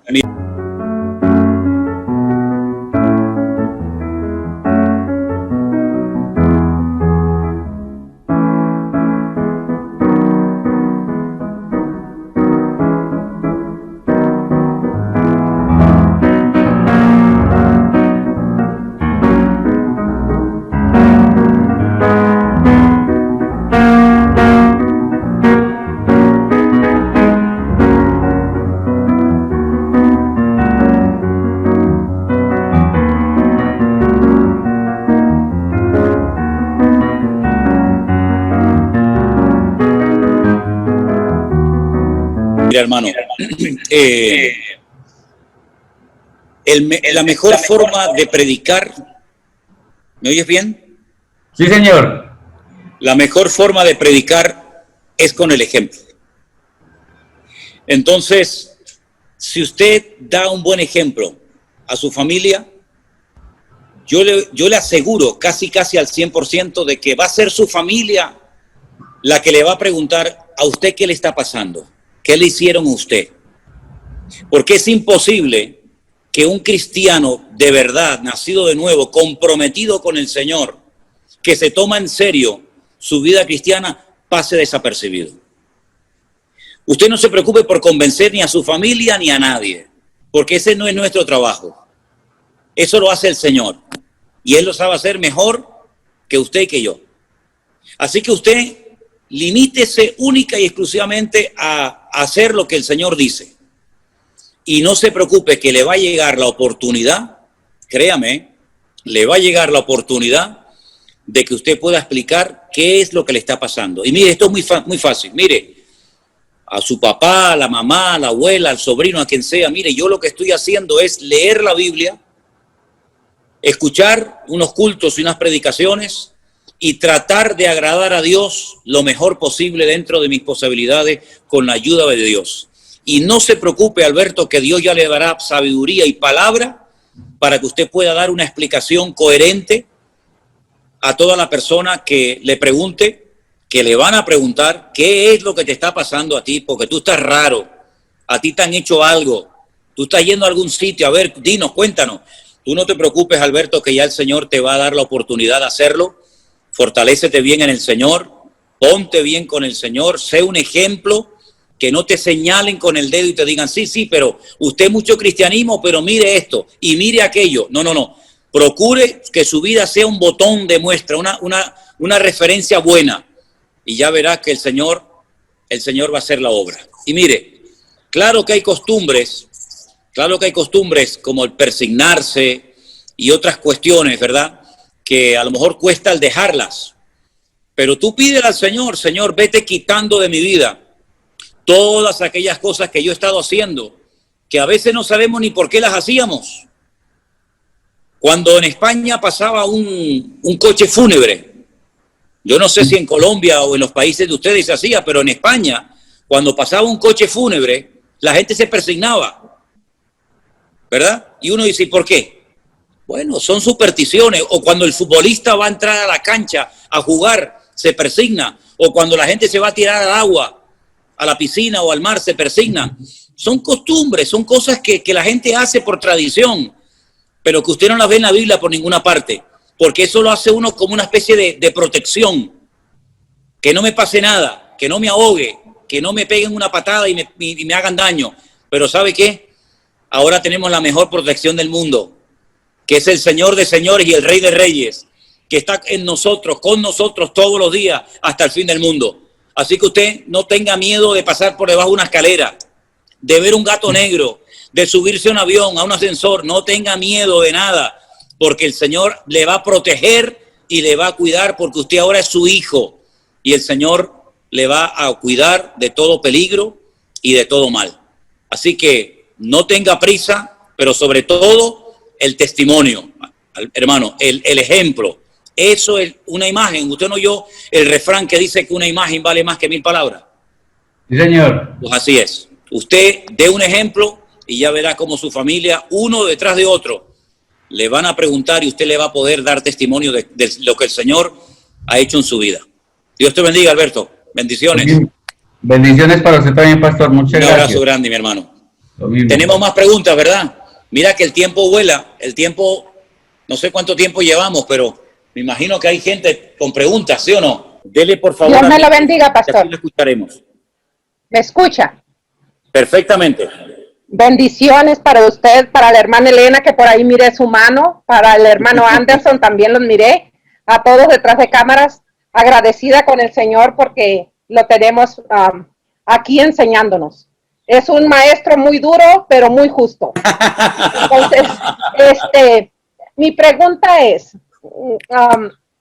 pastor, ¿qué clase de pan tenemos que compartir con usted el día de, qué clase de vino, el día de que hagamos compartir Mire, el pan y el vino? Sí, está buena la pregunta, está buena. Mire, realmente lo que se tomaba lo que se comía en los tiempos de Cristo y lo que comían los discípulos cuando llegaba esa noche, sobre todo en la época de la Pascua, era realmente pan sin levadura. Era lo que se comía, pan sin levadura. Era como de una galleta, ¿verdad? Y en el libro de Éxodo explica por qué se tenía que comer pan sin levadura, porque no había tiempo para que leudara la masa, porque tenían que salir muy rápido de Egipto. Pero mire, no se hagan problema con eso. Cualquier trocito de pan que usted tenga por la casa. Tampoco tiene que ser 1 kilo de pan. Un trocito pequeño. No se me vaya a agantar. Y después queramos tomar mucho más vino, ¿verdad? Un trocito de pan cualquiera. Podemos participar juntos de la Santa Cena el domingo, si Dios quiere, que va a ser muy lindo. Y que estoy seguro que para muchos de ustedes va a ser la primera vez que lo van a hacer. Para mí sería la primera vez. ¿El vino, qué clase de vino? ¿Cualquiera? Dígame, hermana. El vino, pastor, ¿qué clase de vino? ¿Sería cualquier? Mire, vamos a ver, con el tema del vino, yo le digo, si hay alguna persona que ha tenido problemas con la bebida, es decir, que ha sido alcohólico, que ha tenido problemas con la bebida, yo le recomendaría que tomara zumo de uva. El zumo de uva, que es como si fuera vino, porque hay gente que fue alcohólica y no le conviene tomar vino. Claro, ahora, los que nunca hemos tenido problemas con la bebida, los que nunca hemos sido esclavos del alcohol, solemos participar con una copita chiquita, copita chiquita de vino. Pero si no tiene vino, pues con zumo de uva, sin ningún problema. Perfecto. ¿Okay? Las dos cosas sirven, porque son frutos de la vid. Y de la vid sale el vino y de la vid sale el zumo de uva. Así que una de las dos sirve sin ningún problema. ¿Ok? Ok, pastor. Muchísimas gracias. El Señor me los bendiga grandemente. Gracias, hermana. Miren, vamos a darle lugar a 2 o 3 preguntas más y vamos a ir terminando por ahora, porque yo creo que vamos a tener que tener más reuniones de cara al futuro. Me parece a mí que sí, ¿eh? Me parece a mí que sí. A ver, ¿quién va a ser la siguiente? Vanessa, por favor. Su micrófono. Listo. Buenas tardes. Adelante, hermana. Buenas tardes, pastor. Bendiciones, un gusto saludarle. Es mi hermana Mónica Victoria. ¿Sí nos escucha? Sí. Ok, bueno. Y pues nosotros venimos de una familia católica. Mis papás son católicos. Nosotros, pues a partir de que escuchamos sus prédicas y sus devocionales y sus cultos y las escatologías, pues la verdad hemos aprendido muchísimo con ustedes su palabra, de lo que nos enseñan. Y pues estamos muy contentas. Y estoy en el proceso de enseñarle a mi hijo también, tiene 10 años y de enseñarle prédica. Yo soy divorciada, pues ella es soltera, pero mi hermana tiene una pregunta que hacerle porque pues ha escuchado su prédica y las escatologías. Entonces, pues le cedo la palabra a mi hermana. Dios me lo bendiga. Buenas tardes, pastor. Un gusto conocerlo y que se tome el tiempo de reunirnos a conocer la palabra de Yahshua. Y bueno, derivado de que he escuchado las prédicas que ha dado y las escatologías, y del tema que dio el día de ayer, yo tengo una pequeña duda. No sé si existe, si hay una pretribulación, tribulación y gran tribulación, o es solamente la tribulación. No sé si me pudiera aclarar ese punto. Bueno, mire, hermana, la Biblia nos habla en plan genérico, ¿verdad? A nivel general de algo que se conoce como la gran tribulación. En el Antiguo Testamento la expresión no es gran tribulación, sino es el tiempo de angustia de Jacob. Es lo mismo, pero depende si usted está leyendo el Antiguo o está leyendo el Nuevo. Solamente recibe un nombre. No hay pretribulación, posttribulación, hay gran tribulación y punto. Lo que ocurre es que la Biblia sí nos da mucha información acerca de lo que va a ocurrir previo, es decir, antes de que comience ese periodo terrible que se llama la gran tribulación y que es el desarrollo del libro de Apocalipsis fundamentalmente, aunque también de otras profecías del Antiguo Testamento, ¿vale? Entonces es lo que se conoce como el tiempo del fin, Es decir, cuando se acerque el tiempo de la tribulación, vamos a comenzar a ver muchísimas señales. Algunas de ellas ya estamos comenzando a verlas. Ya se está hablando de la formación de un nuevo orden mundial. Estamos viviendo una pandemia mundial, ¿verdad? Muchos de nosotros sabemos de lo que estamos hablando. Millones de hermanos no se pueden congregar, iglesias cerradas, etcétera. Entonces, hay una gran tribulación que empieza con algo que se conoce en la Biblia, en Apocalipsis 6, como los sellos. Los sellos, que son 7, a continuación 7 trompetas y a continuación 7 copas, las copas de la ira. Pero antes de que comience a desarrollarse o de lugar el inicio de la gran tribulación, hay muchas señales previas, como los dolores a la mujer que está de parto, ¿verdad? No nace el niño en el primer momento, sino que hay unos dolores que van avisando que el niño viene, y esos dolores van preparando a la madre para el momento del alumbramiento, el momento del parto. Entonces, eso es lo que la Biblia, a grandes rasgos, nos enseña acerca de lo que se conoce como la gran tribulación. ¿Ok? Ok, sí, pues muchas gracias, pastor. Oramos por usted, por su familia y por toda la iglesia. Estamos muy, muy contentas y pues que Dios lo bendiga grandemente. Pues nada, hermana, un placer haberla podido ayudar, y de todas maneras, las clases de escatología que se grabaron en su momento, allí hay también muchas explicaciones que en un momento determinado sería bueno que a lo mejor usted escuchara y que le pueden ayudar y reforzar su conocimiento de la palabra, ¿sí? ¿Okay? A escuchar. Me pasan una nota que dice una niña, una hija de 8 años, que no ha aceptado al Señor. Bueno, al final de la reunión vamos a hacer una oración especial para los que todavía no han aceptado al Señor, que lo puedan hacer hoy y que puedan experimentar el gozo de la salvación. Voy a dar lugar a 2 preguntas más, por favor.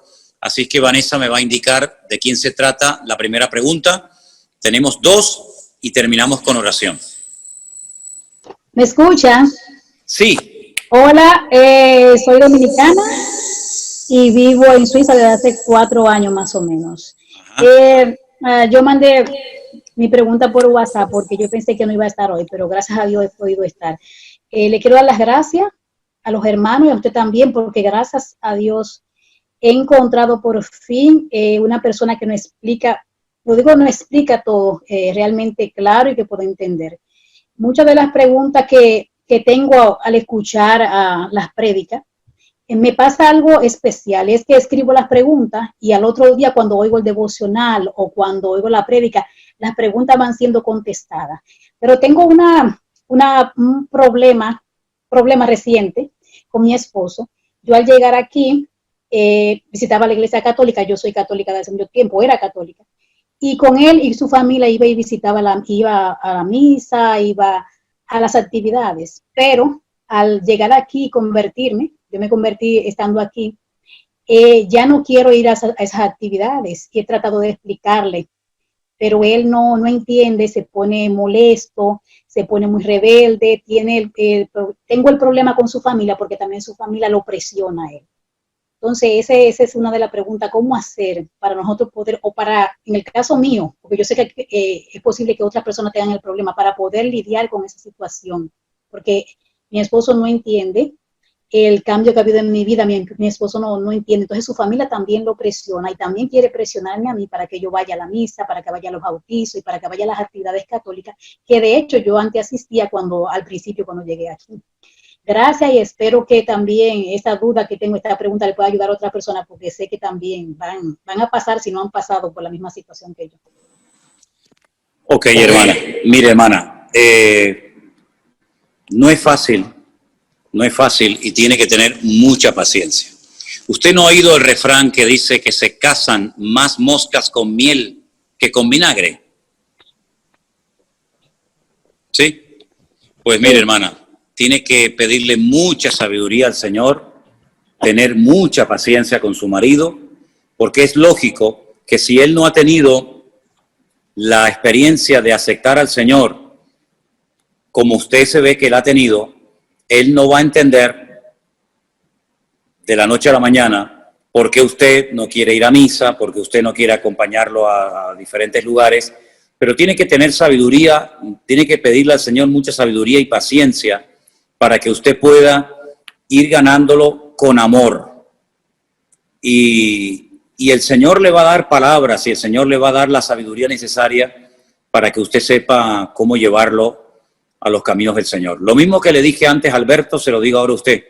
El ejemplo, el testimonio, es lo que va a hacer que el corazón de su marido se ablande y que comience a interesarse por las cosas del Señor. Pero no es un trabajo de la noche a la mañana, sino que tiene que pedirle a Dios mucha sabiduría. Hay momentos que es mejor callar que ganar una discusión. Hay momentos que es mejor hablar y no callar. Es decir, es un día a día y que el Señor le ayude a la luz de la palabra y orando al Señor por él. Ore mucho por él. Ore mucho por él, Señor, toca su corazón, que él entienda el Evangelio.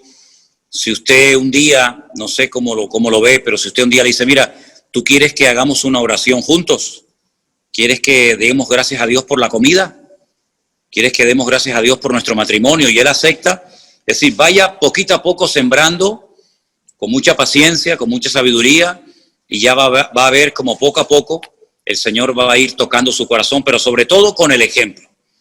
No intente convencerlo, ni intente obligarlo, porque los hombres así no van. Al contrario, se lo va a poner en su contra. Y a usted no le conviene, y a usted no le interesa tener una guerra en casa. Así que tenga mucha paciencia, ore mucho por él, y que el Señor toque su corazón. Y si algún día pueden orar juntos, aproveche. Y si no, inténtelo en otra ocasión. Pero sobre todo, paciencia. Y no corra, no lo presione, porque lo que va a hacer es producir la reacción contraria. ¿De acuerdo, hermana? Ok, que Dios la bendiga. pastor, bendiciones. Gracias. Venga, y la última pregunta de esta reunión de hoy, ¿quién la va a hacer, por favor? Hola, ¿me escucha? Sí. Bendiciones, pastor, ¿cómo le va? Muy bien, adelante. Bueno, yo estoy en la iglesia virtual con ustedes, así que acá se lo presento a Oscar, católico, y quiere preguntar él. ¿Me entendió que yo estoy en la iglesia virtual con ustedes y él es el católico? Bien, pues que haga la pregunta. Bueno, preséntate. Buenas tardes, Pastor. pastor. Buenas tardes, mucho gusto. Yo soy Oscar, que soy católico. Ahí habla. Yo quería hacerle la pregunta, recién lo escuchaba cuando le explicaba a usted, a la anterior señora, que tenga paciencia con su marido, que porque ella no quiere ir a misa y todo eso. Creo que cuando estamos en el catolicismo o en el evangelismo, hablamos del mismo Señor, ¿o no? Sí. Lo que pasa es que yo tengo el micrófono cerrado para que no se acople aquí el sonido. Claro que tenemos al mismo Señor, claro, por supuesto. Solamente hay uno, no hay dos señores, hay uno solo. Exactamente. Entonces, ¿por qué esas diferencias? Bueno, con todo mi respeto, perdón, dígame su nombre otra vez, disculpe que se me olvidó. Pastor. Oscar, ok, gracias. Oscar, la diferencia entre los católicos y los evangélicos no está en el Señor, en absoluto. Ahí no radica la diferencia entre un católico y un evangélico. Sí, ya lo sé. Si usted y yo nos sentamos a comer un asado allí en Argentina, o en España, o donde sea, y sale el tema del Señor, su Señor es exactamente igual que el mío. Se llama Jesucristo, su madre se llamaba María, su padre se llamaba José, nació en un pueblecito llamado Belén de Judea, en Israel, hace 2000 años, murió en una cruz, resucitó al tercer día, ascendió, está sentado a la diestra de Dios Padre, todo es igual, todo es exactamente igual. La diferencia, repito, no está en el tema del Señor, está en otras cosas que también son de vital importancia. Por ejemplo, un buen católico, un católico como tiene que ser, pues tiene que estar sometido a una autoridad que, por ejemplo, como usted sabe bien, y ahora además es de origen argentino, como es el Papa. Ahí ya hay una diferencia bastante grande.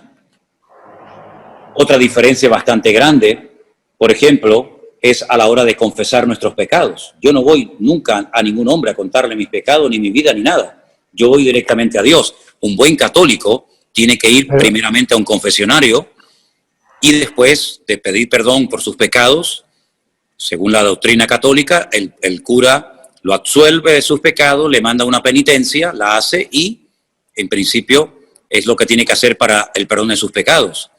Otra gran diferencia. Correcto, pastor, yo estoy de acuerdo con lo que dice usted. Creemos que hay un cielo y un infierno. Un buen católico, antiguamente, digo antiguamente y ahora le voy a decir por qué, creía que había 4 lugares a los que se podía ir una persona al morir: el cielo, el infierno, el purgatorio y el limbo. Pero Ratzinger, el Papa Ratzinger, el que dimitió, ¿se acuerda? Él quitó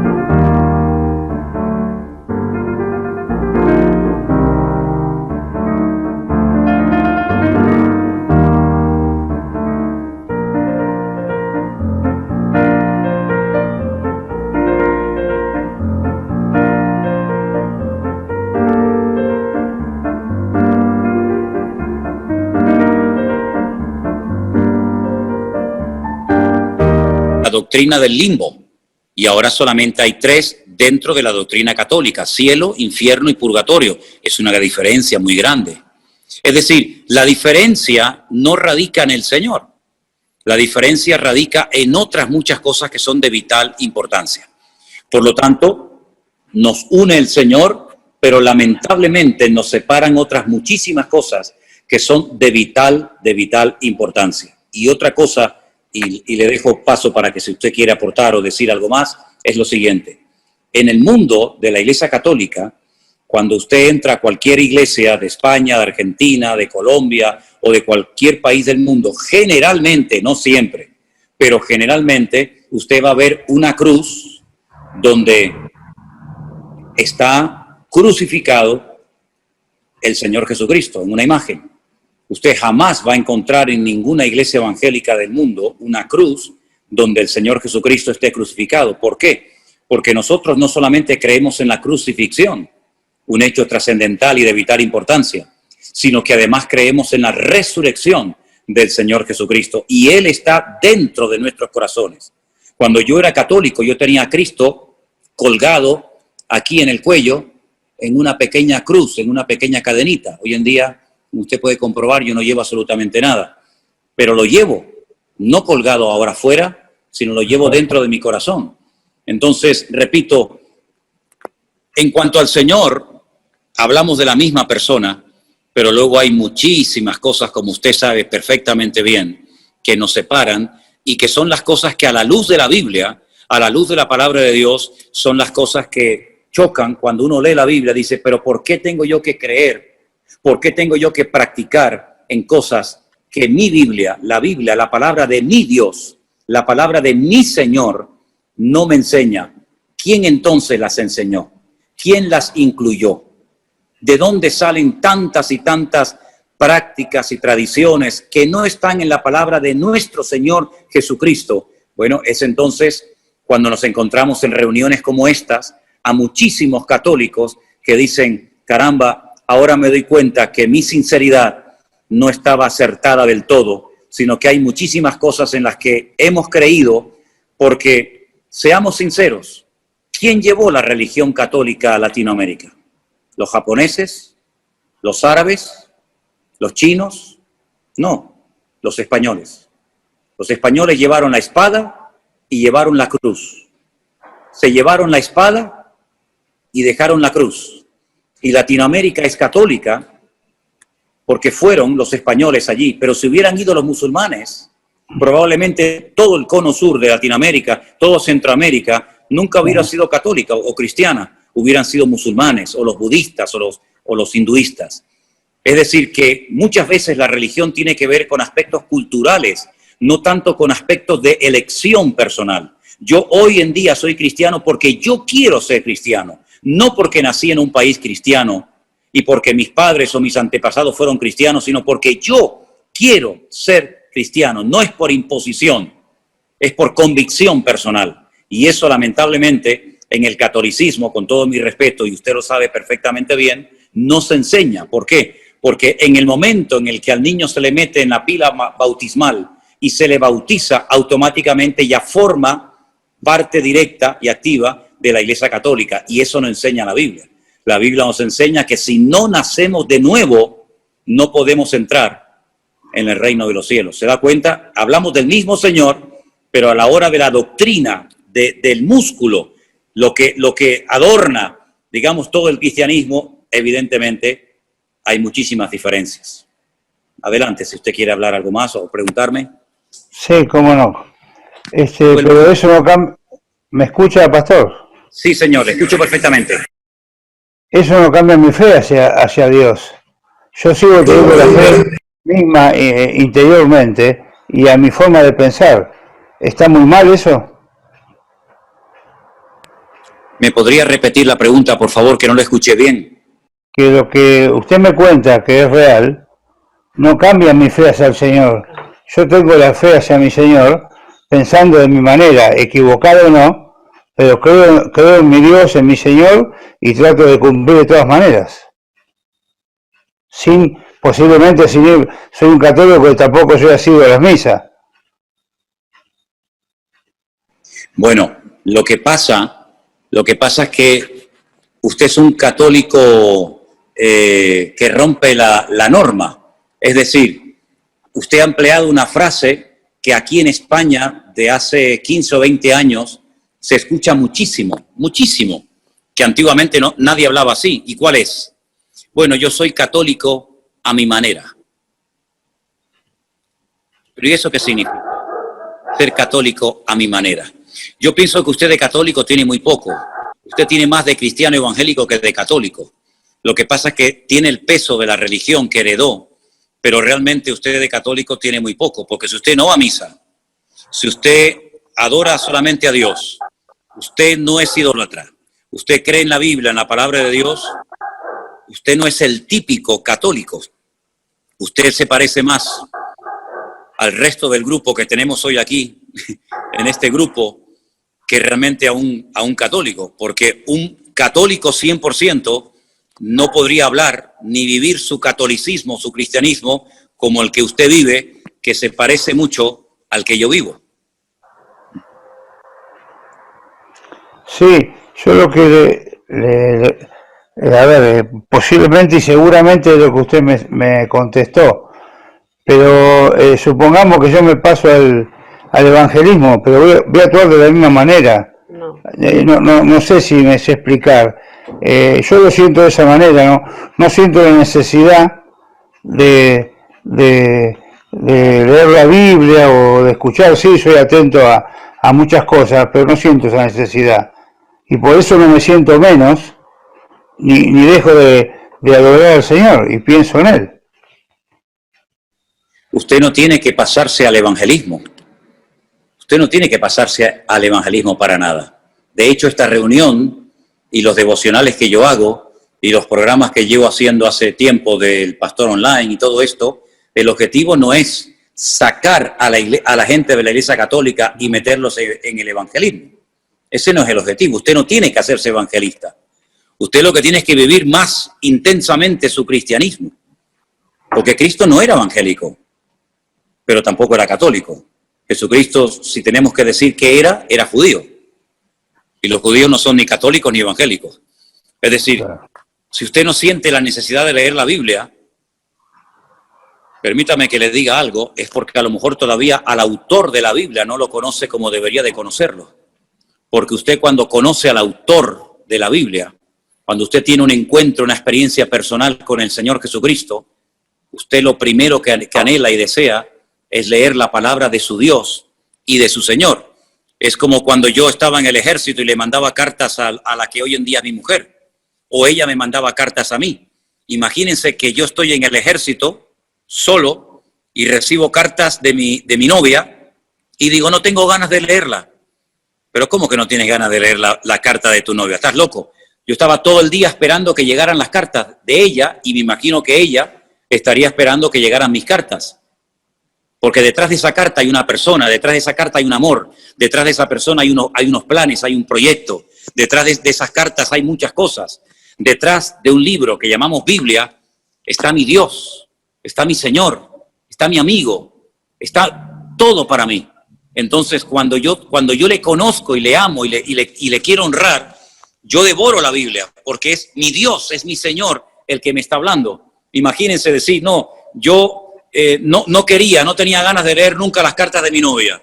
Pero ¿cómo que no tiene ganas de leer las cartas de la novia? Es una incoherencia.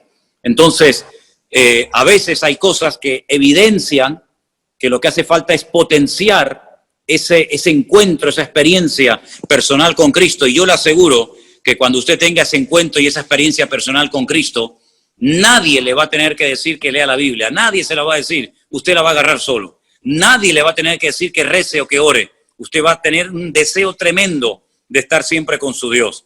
Pero es una experiencia personal que estoy plenamente convencido de que en cualquier momento la puede tener usted. Pero le felicito por su sinceridad, por su amor a Dios, y me alegro muchísimo de que haya estado con nosotros en este grupo en esta tarde. Ha sido un gusto conocerlo. Le mando un gran abrazo. Dios le bendiga grandemente. Y igualmente para usted, lugar ya a pastor. la última persona que me decían que era, perdón. No sé, pasa que mucho.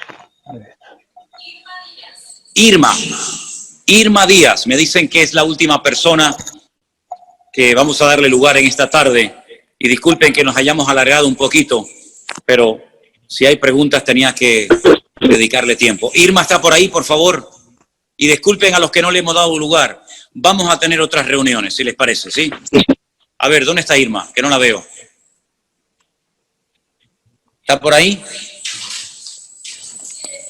Abra su micrófono, Irma, para que la escuchemos bien, por favor.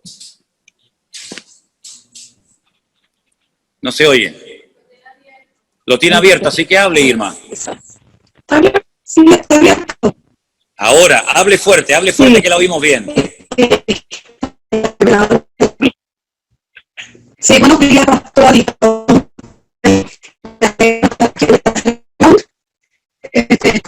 Discúlpeme, Irma, pero se le escucha muy mal. Entonces, no se enfade con nosotros. Enfádese con la compañía telefónica, pero no conmigo.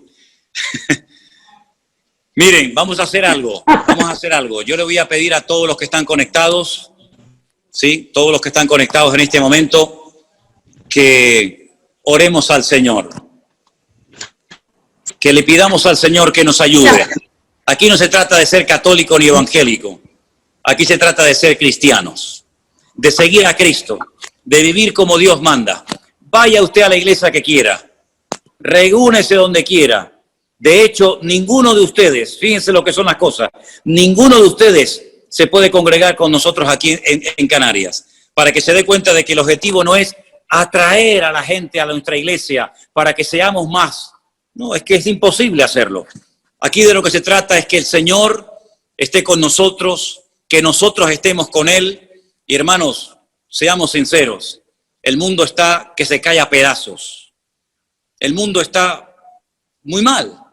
Miren, hoy, y permítame que les comparta esta noticia, hay una cadena muy famosa de hoteles en España que se llama Riu, con R, Riu.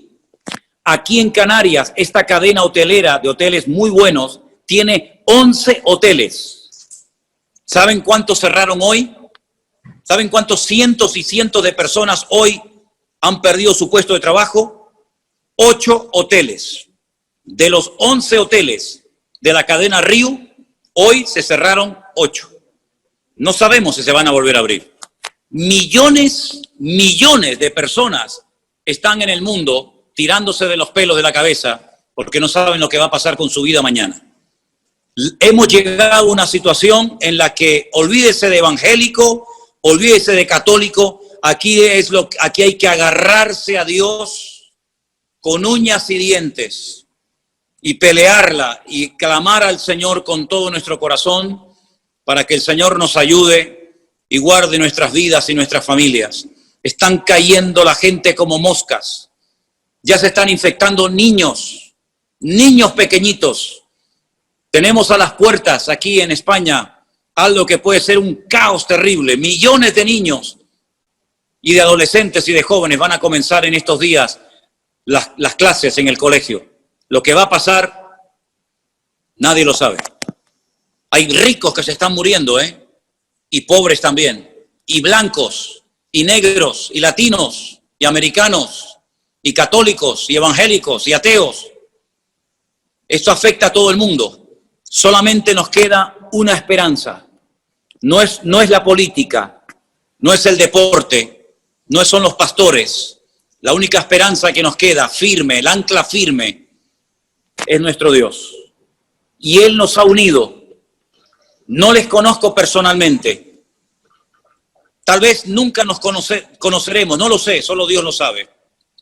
Pero aquí lo importante es que conozcamos a Dios, que dejemos a un lado nuestras diferencias, si es que las hay, y miremos solamente a lo alto, a nuestro Dios, y que Él nos guarde en esta hora tremenda que está sacudiendo a todo el mundo. No hay control en algunos países, ya no saben cuántos mueren, ya no saben cuántos son infectados. Así que pongamos nuestra confianza en Dios, queridos hermanos y amigos. Y ahí donde estás, cierra tus ojos y vamos a orar y dile: Señor, entra en mi corazón, te pido perdón por mis pecados, me arrepiento de haber pecado contra ti, me arrepiento de haber creído, de haber practicado, de haber adorado cosas que no eran de tu agrado.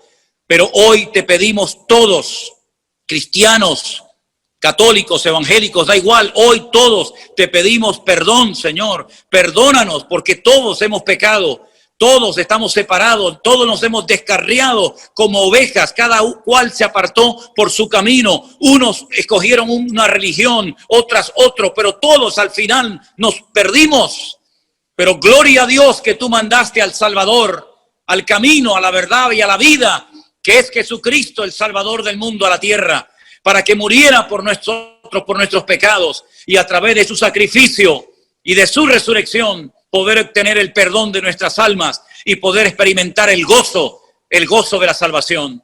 Señor, gracias por esta reunión preciosa donde nos hemos visto las caras, donde nos hemos conocido, donde hemos oído la voz de muchos preguntando, opinando. Señor, pido una gran bendición para todos mis hermanos, para estas familias que están representadas con estos hermanos y hermanas que hoy se han juntado en esta reunión de Zoom. Señor, ayúdanos, que no te fallemos en esta hora, aumenta nuestra fe, Señor, aviva y despierta a tu amada iglesia y únenos con tu Espíritu Santo, Señor, para que demos testimonio al mundo en esta hora difícil en la que estamos viviendo todos los habitantes de la tierra. Ayúdanos a los cristianos, ayúdanos a nosotros como pueblo de Dios, iglesia tuya que somos, a mantenernos firmes en la fe, a no tener miedo de nada ni de nadie, Señor, y sigue obrando milagros y maravillas en la vida de todos y de cada uno de nosotros. Muchas gracias, Señor, por esta reunión maravillosa, inolvidable que hemos tenido en este día. Bendigo a todos mis hermanos, Señor, y que tú sigas usando nuestras vidas, lo poquito que podemos aportar desde esta parte del mundo para bendecir a tanta gente. Ayúdanos, Señor, y que no haya nadie que se pierda, que no haya nadie que se condene, que no haya nadie que pierda la oportunidad y el privilegio de conocer a Cristo como su Señor y Salvador personal. Gracias te damos en el nombre de tu amado Hijo Jesús. Amén y amén. Gloria a Dios. Mis queridos hermanos, Dios les bendiga. Sé que ha habido problemitas con el sonido, con la imagen, con una cosa y con otra, pero gracias al Señor hemos podido celebrar esta reunión. Que Dios les bendiga. Me alegro mucho de haber estado con ustedes. Gracias a Vanessa, que ha estado arriba en el ordenador, a Anderson, nuestro hermano Armando. Hemos estado grabando esto para también que otras personas también puedan ser bendecidas. Ahora, si quieren, abran todos sus micrófonos y que el Señor les guarde y les bendiga. Yo mañana estaré por la mañana en el devocional, como siempre, a la misma hora, y que Dios les guarde. Sigan orando por nosotros, como nosotros lo hacemos por ustedes. Que el Señor les guarde. Pastor. Un abrazo para todos. Gracias, pastor. Muchas gracias. Gracias. Bendiciones. Bendiciones. Bendiciones. Les aman el amor de Cristo.